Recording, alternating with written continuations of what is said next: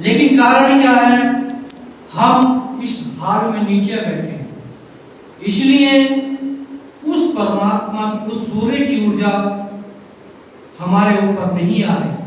पता है कि सूर्य बाहर निकला है, लेकिन उसकी ऊर्जा हमको यहाँ पर महसूस नहीं है।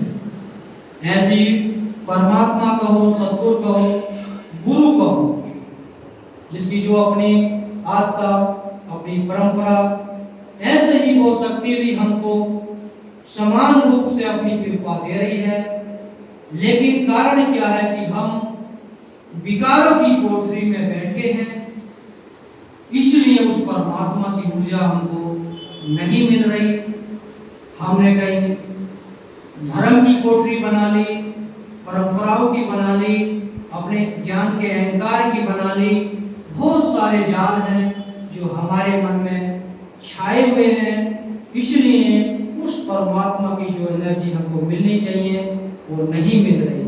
वो परमात्मा की ऊर्जा, वो सतगुरु की ऊर्जा जब ही मिलेगी जब हम उससे स्वयं टू स्वयं, फेस टू फेस मिल पाएंगे।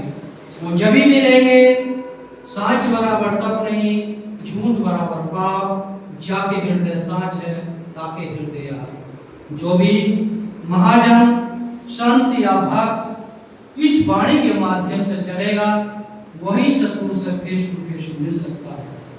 बस जीवन के लिए सांच बराबर तप नहीं, इतना ही हमारे जीवन का परिवर्तन हो जाएगा। उस परमात्मा, उस सत्ता को जो हम खोज रहे हैं, वो हमको स्वयं खोज लेगी। लेकिन कारण क्या है कि हम कहीं ना कहीं अपने अहंकार में, अपने मोह में या अपने विकारों में फंसे हैं, इसलिए वो ऊर्जा, वो परमात्मा की सत्ता हमारे आसपास है, लेकिन हम उसको महसूस नहीं कर पा रहे, क्योंकि वो क्षमता हम अपने विचारों की, विकारों की गर्द से इतना दबा दिए हैं, उसकी सुगंध को हम भूल चुके हैं।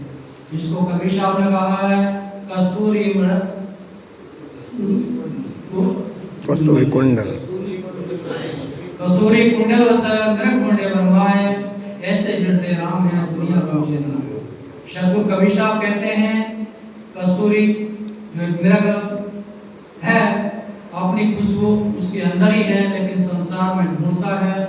उसका उदाहरण देते हुए कबीर साहब कहते हैं, ऐसे ही हर चेतन आत्मा के अंदर परमात्मा या राम बसा है, लेकिन